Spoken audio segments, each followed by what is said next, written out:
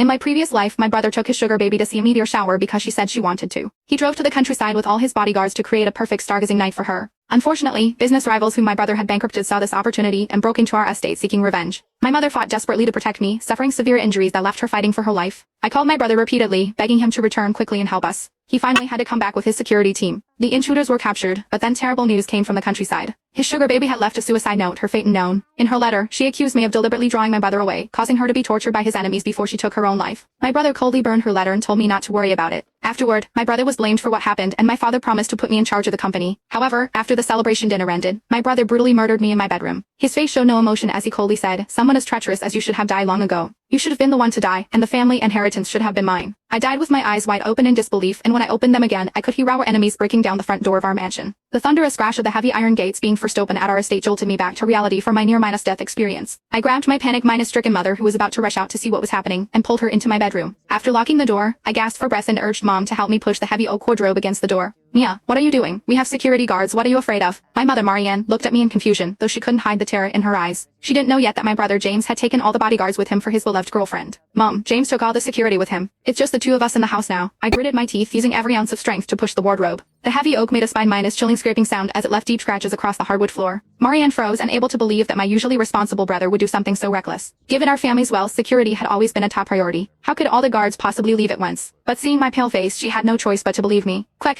call your brother and tell him to come back immediately," Marianne urged, her voice shaking. I remained silent, eyes fixed on the door barely blocked by the wardrobe. With trembling fingers, I dialed 911, briefly explaining our situation and address. I couldn't trust James to be our first line of rescue, especially since in my previous life he had returned too late, causing my mother to miss the critical treatment window and die. After hanging up, my heart sank. Recent heavy snowfall had blocked the roads, and our hillside estate was quite a distance from the nearest police station. I dreaded to imagine what might happen before the police arrived. A violent crash shook the door. I instinctively pressed my body against the wardrobe as fear rushed through me. Just then, Marianne's call to James connected. "James, come home quickly, there are intruders in the house." Marianne's voice broke with tears. James's impatient voice came through the speaker. "Come on, Mom. Stop making things up. I'm still waiting for the meteor shower with Michelle. I'll be back tomorrow. I'm not lying. There really are intruders. Come back quickly, or you'll be collecting our bodies," Marianne practically screamed. James's tone grew even colder. "I know you don't like Michelle, but there's no need to make up such stories to scare me. And tell Mia Cooper that she should stop playing these little games. I won't fall for it again." Hearing these words, my heart completely sank. It seemed my brother had also been reborn, but why would he think this was a lie I made up? In my previous life he had witnessed with his own eyes how those thugs tortured mother and me. Why was he being so cold this time around? Just because of Michelle Peterson? Just because she casually said Mia did it on purpose in her suicide note? Heavy footsteps approached outside the door. Then the door was hit even more violently, making the wardrobe start to scrape across the floor with a piercing noise. We watched helplessly as the wardrobe's defense gradually failed until a corner of the wardrobe splintered under a powerful blow, exposing a large gap right before our eyes.